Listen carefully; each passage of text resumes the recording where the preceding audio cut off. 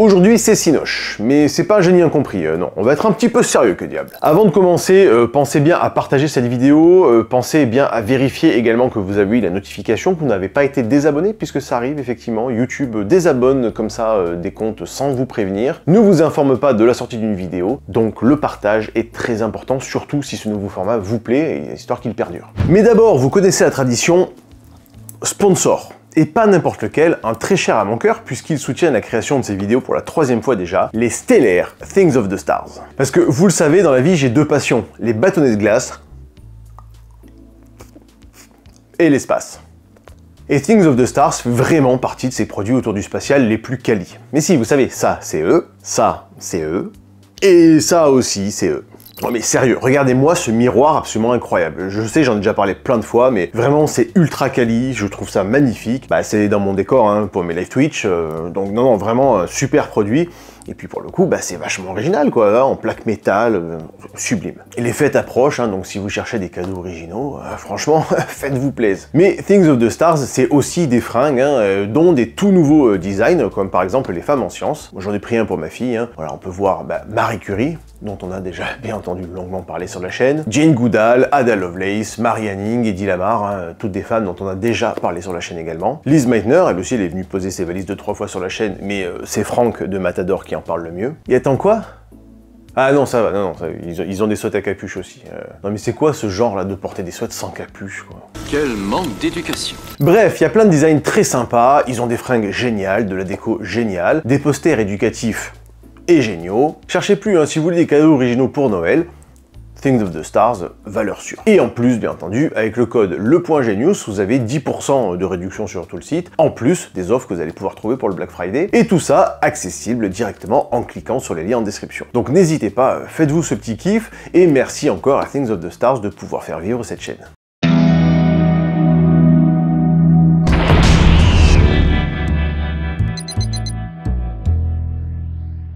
Ça fait un moment que cette idée me trottait dans la tête de se servir de support cinéma pour expliquer des concepts physiques et scientifiques un peu sympas. Ici, on va prendre une des scènes les plus emblématiques de ces dernières années, la scène du passage ultra rapide de Quicksilver dans le manoir de mutants de Charles Xavier pour élèves spéciaux. Bon, la scène est mythique, mais le film beaucoup moins. J'avais d'ailleurs totalement zappé que la scène était dans ce film, en fait, j'avais oublié ce film. Donc film oubliable, mais scène mémorable. Donc je le répète, hein, c'est pas un génie incompris, on va pas faire d'analyse de film, c'est pas une critique, hein, je précise pour tous les gens Michel frustré, non mais moi j'ai bien aimé le film, non mais on est là pour se détendre, c'est du divertissement. Ta grand-mère c'est un divertissement. Non mais on s'en fout que c'est pas réaliste. C'est pas de ça dont on parle ici. On n'est pas là pour dire c'est réaliste ou c'est pas possible, critiquer le fait que c'est n'importe quoi dans la vraie vie, qu'on pourrait pas le faire. Achetez-vous une vie. Non, ici on va juste prendre prétexte donc pour essayer de comprendre un petit peu les mécanismes physiques et d'essayer d'expliquer qu'en sauvant les élèves, bah il leur a juste offert une mort encore bien plus horrible et atroce que s'il avait rien fait. X-Men Apocalypse est un film de 2016 réalisé par Bryan Singer avec que des acteurs que j'adore. Jennifer Lawrence, James McAvoy, Michael Fassbender, Rose Byrne, Oscar Isaac, qui est quand même l'acteur qui a la ratio capacité de jeu et filmographie de merde avec le plus gros écart possible quoi. C'est le dernier film de la trilogie des X-Men jeunes après First Class et Days of Future Past, et en vrai ça se regarde. Oui, ça aurait pu être mieux, oui c'est probablement le moins bon des trois, mais ça va. C'est du bon divertissement popcorn, ça fait le taf. Et surtout donc ce film nous offre une des scènes les plus stylées de ces dernières années, la scène d'ultra vitesse de Quicksilver, qu'on va analyser d'un point de vue scientifique. Quicksilver décide de sauver les élèves de l'explosion créée par Havok. Apocalypse, un mutant suprême ressuscité de l'Égypte antique, et ses potes enlèvent Charles Xavier, et de manière vraiment très intelligente, Havok, dont le pouvoir est de balancer des rayons laser surpuissants avec ses tétons, leur tire dessus. Malheureusement pour lui et les autres élèves, son rayon de la mort rate les ravisseurs et vient finir sa course dans l'espèce de générateur ultra puissant, ultra secret, ultra, qui alimente le manoir et le cérébro. Leur truc là, c'est toujours des énergies ultra vertes, ultra écolo, infini, mais qui te pulvérise le pays dès que t'as le malheur de venir lâcher une perlouse d'un peu trop près. Donc il pète le truc, et tout se met soudainement à griller avec les autres malheureux X-Men qui n'ont rien demandé hein, dans le manoir, et qui vont tous finir en brochette à kebab. Fort heureusement, notre ami Peter Maximoff, alias Vif Argent, alias Quicksilver, débarque. Alors déjà, on va se faire un petit nœud au cerveau juste sur le personnage. Je sens déjà les commentaires de certains ici. Donc là, le gars s'appelle bien Peter Maximoff et pas Pietro Maximoff comme dans Avengers, l'ère d'Ultron. Peter Maximoff qui est joué ici par Ivan Peters. Voilà, il s'appelle pareil en vrai dans le film. Plus simple. Pietro étant joué par Aaron Taylor Johnson, chaleur, dans le film du Marvel Cinematic Universe, X-Men ne faisant pas partie du MCU, car les personnages appartiennent à la Fox. Sauf que Quicksilver est aussi un Avenger, donc Marvel a eu le droit de l'utiliser, lui et sa sœur Wanda Maximoff. Chaleur. Bref, tout ça est une sombre histoire de droit, hein. Mais au final, si son histoire a été remaniée dans le MCU, oui, parce que normalement, Pietro et Wanda sont censés être les enfants de Magneto, Magneto n'existant pas dans le MCU, puisqu'il appartient à la Fox. Mais c'est bien le même personnage. C'est bon, vous suivez? Ah oui, et du coup, maintenant, en fait, il n'y a plus de problème de droit, puisque tout le monde appartient à Disney. Et donc, Quicksilver s'appelle Vif Argent en français, et est donc incarné chez Marvel par Aaron Taylor Johnson, qu'on a découvert dans Kick-Ass, et chez la Fox par Ivan Peters, qu'on a découvert dans Kick-Ass. Voilà.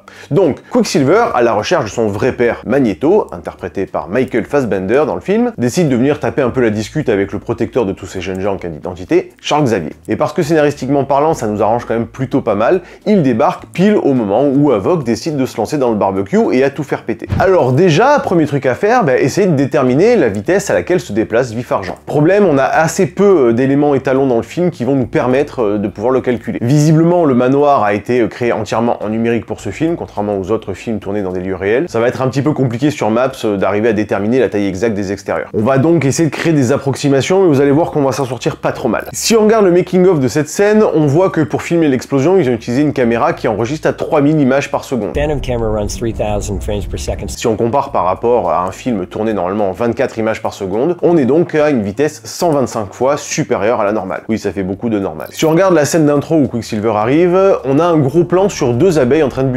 On peut parfaitement distinguer le battement de leurs ailes. Une abeille bat des ailes 200 fois par minute, soit 3 fois par seconde. Ici, la vitesse ralentit entre le début et la fin du mouvement, donc on va juste prendre entre le bas et le haut. Il se passe 3 secondes et demie, donc 7 secondes, hein, si on compte un aller-retour, un battement complet. Si l'abeille bat des ailes 3 fois par seconde, en 7 secondes, elle aurait eu le temps d'en faire 21. À ce moment-là, Quicksilver, qui se déplace normalement de notre point de vue, semble donc aller 20 fois plus vite. Et si on regarde le plan d'après où il se met à courir, on voit qu'il va nettement plus vite que voilà, ce moment où il arrive. Donc dans l'ensemble, 125 fois la vitesse semble une approximation plus que correcte. Donc, si Usain Bolt court le 100 mètres en 9 secondes, soit une moyenne de 37,5 km/h, Quicksilver courrait à 4700 km/h. On va arrondir à 4500, c'est pas Usain Bolt non plus. Ou 1250 mètres par seconde pour nos calculs. Oui, on fait toujours les calculs en mètres par seconde, pas en km/h. Donc voilà, on est obligé de se contenter de cette approximation, hein, vu qu'on n'a pas d'autres repères pour mesurer les distances. On voit qu'il va vite, mais compliqué de repérer 100 mètres. Bref, on va dire qu'il court donc à la vitesse de la balle de fusil la plus rapide du monde, la cartouche 7,92 mm DS du fusil anti-char WZ-35. Arnaud, tu confirmes? Hein?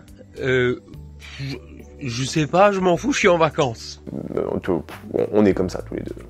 Et qui dit vitesse dit énergie. Et elle se calcule avec cette formule. E égale 1/2 de mv carré. L'énergie est égale à la moitié de la masse fois la distance au carré. À ce moment-là, on va dire que le Gus pèse 80 kg. Son énergie cinétique est donc de 1/2 fois 80 kg fois 1250 au carré, soit 62,5 millions de joules. L'équivalent d'un 38 tonnes lancé à 60 à l'heure. T'as intérêt à garer tes pompes pour pas te le prendre dans la courge. Et ensuite de vitesse, on va calculer l'accélération. On voit qu'il passe de 0 km/h, oui, même s'il va très vite, il est arrêté à un moment donné, hein, à 4500 km/h en 7 images, soit 3/10 de seconde. Et pour ça, on va calculer son accélération avec cette formule. A égale V1 moins V2 sur T. Donc 0 moins 1250 sur 0,3. Soit 4166 mètres par seconde moins 2. Voilà. Ça vous dit rien, pas de problème. La force de la gravité, le truc qui nous maintient au sol, hein, qui nous fait tomber d'un avion ou qui fait le ski, c'est moins 9,81 mètres par seconde moins 2. Et ça, c'est ce qu'on appelle un G, une fois la gravité. Donc 4000 et des bananes là, c'est l'équivalent de 424 G. Le mec, au moment de l'accélération, doit déplacer une masse de 424 fois sa masse de base, soit en gros 34 tonnes. Oui, du coup, c'est les mêmes ordres de grandeur, hein, avec les approximations, ça se tient. Bien, maintenant qu'on a tout ça, on a presque tous nos calculs, on va pouvoir commencer à jouer un petit peu. Peter se précipite donc en plein cœur de l'explosion et commence à sauver les étudiants un par un. On le voit courir depuis le jardin où il va venir mettre les élèves en sécurité un peu plus tard, et donc il met 2 secondes à arriver. Bon, là il est filmé encore à une vitesse différente, donc c'est difficile à évaluer. Bref, il arrive face à l'explosion, et là donc on va reprendre notre vitesse de 125 fois. Premier truc qu'il fait, on voit qu'il écarte un petit bout de métal, ou de débris quelconque, qui doit pas peser bien lourd, hein, vu la taille, mais encore une fois, c'est un petit peu plus complexe que ça ici. Là, ce qu'il fait, c'est donner une accélération différente à un mobile qui, lui, n'a qu'une envie, aller tout droit, avec déjà une inertie conséquente. Le truc là, s'il pèse, on va dire, 200 grammes à la base, avec la vitesse multipliée par 100 par rapport à ce qu'on voit, c'est 1/2 de la masse, donc 100 grammes, fois la vitesse au carré. Donc là, le truc maintenant, c'est l'équivalent de pousser plusieurs tonnes. Ok, pause. Imaginons que vous avez un poids de 1 kg suspendu, peu importe comment, on s'en fout. Et vous voulez le déplacer. Vous allez exercer la force nécessaire pour déplacer 1 kg. Facile. Maintenant, si vous voulez bouger ce même poids 2 fois plus vite, son énergie cinétique sera 4 fois plus importante. Et au final, si le truc vous voulez lui donner une accélération vraiment importante, c'est toujours le même poids de 1 kg, ça change pas, mais pour le faire dévier de sa trajectoire, ça va être comme déplacer un objet de plusieurs tonnes. Et lui, il fait ça avec 2 doigts. Il le fait délicatement, mais ensuite il gicle un autre débris, là en lui donnant carrément une accélération, le truc disparaît quoi. Donc je sais pas, hein, tu peux boire tout le Red Bull du monde, rien que ça, tu peux aller pioncer le reste de la semaine pour récupérer hein, en termes d'énergie. Sans compter que je sais pas dans quel mur le truc est allé se planter après, mais ça a dû faire du très très vilain niveau cratère d'impact. Hein. Parce que là le truc va facilement à 10 000 km/h quand il le pousse. Hein. Bref, il s'échauffe, toujours s'échauffer, et commence à sauver les gars. Il attrape le fauve et il lui fait faire un tour sur lui-même parce que... Et il fait le tour en 5 images, soit 1/5 de seconde, ou 5 tours par seconde. C'est la vitesse d'un patineur, hein. Ok, faisable, pas de souci. Mais quand t'es pas habitué, à mon avis, tu dois quand même bien avoir envie de dégueuler tes Cosmopops. Surtout que les patineurs n'arrivent pas à cette vitesse instantanément, hein. Ils accélèrent progressivement. Donc là, à mon avis, son cerveau, lui, est resté en place et c'est le reste qui a tourné autour. Parce que oui, je rappelle que chaque objet n'a qu'une seule envie, hein, rester glandé à sa vitesse, dans sa position de départ. Donc en fait, c'est pas 5 tours par minute la vitesse réelle là, mais plus de 600. Et bim, nouvelle accélération. On peut supposer que c'est grosso merdo la même qu'on a vue tout à l'heure, hein, donc environ 400 G, puisque là, Vif Argent doit déplacer sa carcasse et celle du fauve en plus. On frôle les 70 tonnes hein, à mouvoir quand même là. Il le dépose à l'extérieur où il s'arrête net. Donc là, c'est plus les Cosmopops seulement hein, qui ont envie de revoir le jour, mais l'entièreté de ses organes, ses yeux, et jusqu'à la plus infime et dégueulasse de ses pensées à l'arrière du cerveau qui ont juste envie de passer à travers le crâne. Le mec vient littéralement de passer de 4000 km/h à 0 en 1/10 de seconde. Je préfère passer un week-end entier avec Gontran H qui me parle de l'année 1998 à 10 cm de mon oreille que d'imaginer la douleur du gars à ce moment-là. Il revient ensuite sauver tour à tour Mystique puis Moira et les fait passer à leur tour de l'état d'être humaine à l'état de smoothie gazeuse, hein, produisant également un bang supersonique à chaque passage. Ah oui, parce qu'il y a ça aussi, hein, un truc bien connu des amateurs d'aéronautique, hein, le bang supersonique. On en reparle bientôt sur la chaîne et sur Twitch. Viens t'abonner à la chaîne Twitch. Ça se produit quand on se déplace à une vitesse supérieure à celle du son. L'air devant soi, quand on se déplace, se comprime, créant une onde. Mais comme là, on va plus vite que le son, ben, l'onde, elle a pas le temps devant de pouvoir se propager. Et donc, ça crée une sorte de surpression qui s'évacue sous la forme d'une onde qui te flingue les étagères, en plus du reste. Le reste de la scène, c'est un peu la même, hein. L'explosion commence à percer le plancher, il évacue les gamins, 400 G à chaque axelle. Là, même Vegeta, il fait « Non les gars, ça sera sans moi, non, je reste là, je bronze un peu plutôt ». Il sauve Bubule le poisson rouge dans un bocal en adamantium hein, pour pouvoir supporter la pression de plusieurs tonnes de l'eau, encore une fois, hein, le déplacement, bah, il y a une résistance. Il sauve le chien, d'autres gens en balance par la fenêtre, dont certains finissent dans un drap après avoir subi facile 200 G de décélération, et d'autres finissent dans la flotte qui à cette vitesse est plus proche de l'accueil réservé par un mur de béton que du matelas en plume d'oie. Hein. Et donc ceux dont le cerveau ne s'est pas vaporisé par leurs oreilles vomissent leurs organes liquéfiés et tous sont désormais sourds à vie. Hein, la pression de l'air à pleine vitesse ayant fait exploser leur tympan de manière irrémédiable. Et Peter est content. Wow. Parce que oui, est-ce que vous vous êtes déjà demandé, dans une explosion, qu'est-ce qui tue? Oui, ça fait boum, hein, ok, mais quoi d'autre? Comme pour la plupart des trucs qui se passent dans notre réalité, c'est un ensemble de plein de choses hein, qui dépendent de beaucoup du type d'explosion. Une cause mineure, hein, qui arrive mais qui est loin d'être ce qui fait le plus mal, la lumière émise, ou les radiations. Alors oui, bon, dans le cas d'une explosion nucléaire, le flash lumineux, lui, est tellement intense qu'il peut causer des dégâts vraiment très graves. Pareil, si vous êtes à côté d'une explosion d'essence, vous allez voir qu'effectivement il fait très chaud et vous allez pouvoir finir gravement brûlé. Ouais, c'est festivité et compagnie cet épisode. Quand Peter se pose quelques instants au début devant l'explosion, il est exposé à une dose de radiation lumineuse qui doit être quand même assez intense. Et là, pour le coup, sa super vitesse ne compense absolument en rien celle de la lumière. Hein. Une vidéo complète sur le sujet. Donc après, ça va parce qu'il reste vraiment très peu de temps, donc ça doit compenser. Et puis, à part dans certains cas très spécifiques, la lumière émise reste, encore une fois, une infime minorité des dégâts causés par une explosion. Dans le cas d'une bombe nucléaire ou d'une explosion chimique, il y a également des retombées après coup, hein, des radionucléides ou des éléments chimiques qui peuvent être toxiques. Le feu, la poussière et ce genre de truc-là, hein, je sais pas trop ce que c'est, mais une sorte de truc un peu visqueux, de l'huile qui te tombe sur le bras, te cramer la peau. Peut me brûler la bite?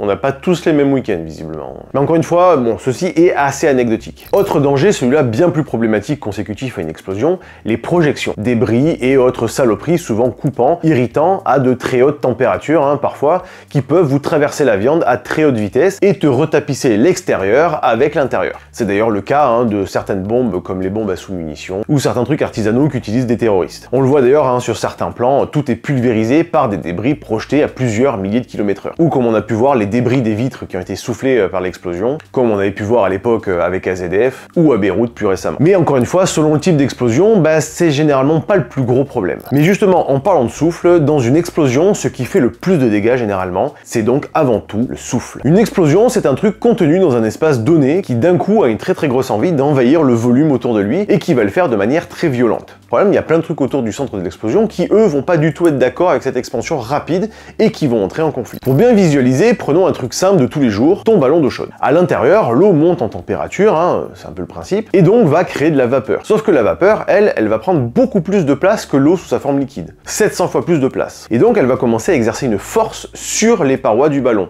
Et les parois vont exercer une force contraire sur la vapeur. La pression, l'énergie emmagasinée à l'intérieur du ballon va donc augmenter. Heureusement, le métal est solide et le ballon est prévu pour résister à la force de la vapeur. Mais jusqu'à une certaine limite. La pression ambiante autour de nous est exprimée en bar. Et la pression normale, hein, c'est 1 bar. 1 kg de pression par centimètre carré. Et un peu moins hein, quand on monte en altitude, bien entendu. C'est la force exercée par le poids de l'air. On a déjà parlé dans cette vidéo. Et tant que tu mets pas ton ballon d'eau chaude en route, la pression est la même à l'intérieur qu'à l'extérieur. Tout est à l'équilibre. Aucune raison que ça bouge. Mais en chauffant, la pression va augmenter d'un côté. On va peut-être monter à 3 barres de pression. Donc 3 kg d'un côté et 1 kg de l'autre. Là, l'équilibre va vouloir se rétablir. Et heureusement, le ballon est prévu pour résister à cette force. Et la pression s'évacue de toute façon naturellement, hein, donc pas d'inquiétude. Mais imaginons que ton plombier s'est 12 par sec et qu'il a oublié de te programmer une évacuation parce qu'il était en train de draguer ta grand-mère au lieu de faire son boulot. La pression va monter, hein, peut-être à 20 bars, 20 kg d'un côté contre 1 kg de l'autre, et là, ton ballon va finir par lâcher. Tu vas donc avoir la force de 20 kg opposée à un seul. Et là, à la moindre faiblesse, bah, la vapeur à l'intérieur du ballon va vouloir très rapidement libérer sa force. Hein, vous vous souvenez, on a déjà parlé, c'est comme si vous essayez de pousser un meuble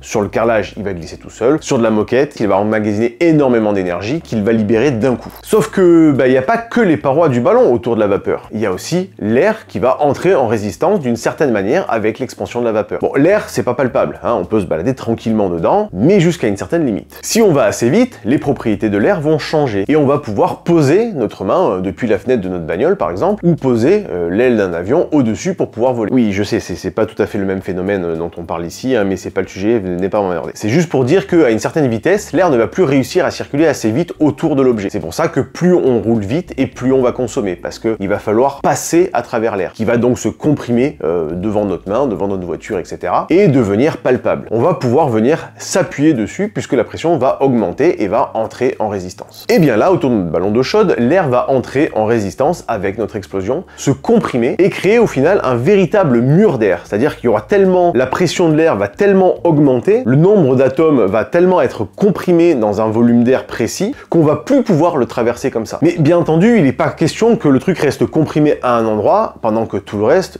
c'est libre. Cette pression va chercher à s'équilibrer. Et donc, la pression plus élevée va se propager là où elle peut. Donc, pas en direction de l'explosion, hein, puisque de ce côté-là, la force est plus élevée, mais vers l'extérieur. Et c'est ce qu'on appelle une onde de choc. Et ça, l'onde de choc, hein, selon la violence de l'explosion, le niveau de vénéritude du truc là qui est contenu et qui va vouloir sortir avec véhémence, elle va pouvoir être très très vénère. C'est-à-dire que la densité de l'air va pouvoir être telle que ça va être comme se prendre un mur de béton dans la tronche à très haute vitesse. Et ça va être un des autres points fondamentaux des dégâts d'une explosion justement, la différence de vitesse. Oui, parce que se prendre un mur de béton dans l'absolu, c'est pas ça qui fait mal, hein. Tu peux poser ta joue sur un mur de béton, il va rien t'arriver. Mais si, ça fait un peu froid, mais voilà, c'est tout. Par contre, venir lui faire un câlin à 300 km/h, c'est plus tout à fait la même limonade. Parce que oui, autre phénomène important à comprendre, l'inertie. Oui, encore une fois, hein, le problème n'est jamais la vitesse. On en a déjà parlé dans cette vidéo, on revient pas là-dessus. Tu peux poser ton boule en toute pépouserie et filer à 300 km/h, voire à 900 ou 2000, tout en sirotant ta grenadine, c'est pas du tout un souci ça. Le problème, c'est pas d'aller à 300 km/h ou à 2000. Le problème, c'est quand un truc qui va déjà à 300 km/h vient t'embrasser sans ton consentement et te faire passer instantanément de 0 à 300 km/h. Il est là le problème, c'est pas la vitesse le souci, c'est l'accélération. Parce que votre gros fiac, il est bien là où il est. Il a aucune envie de changer de direction et encore moins de manière brutale. Et tous vos atomes vont entrer en résistance avec cette accélération, avec une certaine énergie. Cette accélération, on appelle ça des G. Vous en avez certainement déjà entendu parler, hein, notamment pour les pilotes de chasse ou les pilotes de Formule 1, se prennent des G sur les côtés. Quand ils prennent un virage, hein, pareil, leur corps, lui, a une certaine inertie. Le corps, lui, tout ce qu'il veut, c'est continuer à aller tout droit. Mais en prenant un virage, l'avion ou la Formule 1 va contrarier cette inertie, exercer une force sur le corps et lui transmettre une brutale accélération vers le haut ou vers le côté, et vous marouflez les organes. Un G, c'est une fois votre poids, deux fois votre poids, etc. Oui, pardon, je parle de poids ici au lieu de masse, ça peut être un peu confusant, mais j'utilise le langage courant, voilà, même si c'est faux. Dans notre manoir, les étudiants étaient donc exposés à un mur d'air comprimé par l'explosion se déplaçant à très haute vitesse, mur qui allait d'un seul coup les faire passer de 0 à plusieurs centaines de km/h en quelques dixièmes de seconde, et à une série de débris pesant l'équivalent de plusieurs tonnes à cette vitesse-là. Le mur d'air serait donc rapidement rentré en contradiction avec l'inertie de leur peau, puis de leurs organes, qui se seraient déchirés sous la contrainte de l'accélération brutale. Quicksilver, en les sauvant ainsi d'une mort certaine,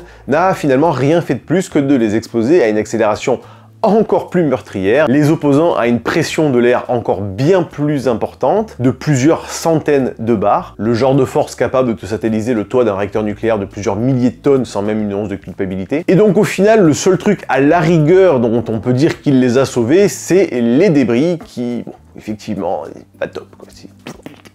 Donc merci Peter, hein, c'est très sympa d'être passé, mais je crois qu'au final, les 2-3 qui avaient une vague chance de s'en sortir sont morts par ta faute. Sans compter hein, l'énergie absurde dépensée pour l'accélération, déjà, et la décélération, puis pour lutter contre l'air hein, qui s'opposait à vous. Là, je pense que tu peux aller bouffer du plutonium directement pour t'en remettre. Non, en vrai, cette scène est vraiment super cool, hein, suite d'une scène similaire dans le précédent film. Du bon cinéma, voilà, de la mise en scène originale, des effets spéciaux très malins, bref, des trucs qu'on n'a pas l'habitude de voir. Donc faites-vous plaisir hein, si vous l'avez pas vu, c'est la météo parfaite en ce moment hein, pour pouvoir vous taper ce genre de marathon. Et dites-moi en commentaire si vous avez d'autres idées de films hein, ou de scènes à dépioter dans ce style-là. J'en ai déjà 2-3 sous le coude, hein, mais je suis preneur hein, pour toutes vos suggestions. Et en attendant, n'oubliez pas que le génie est partout.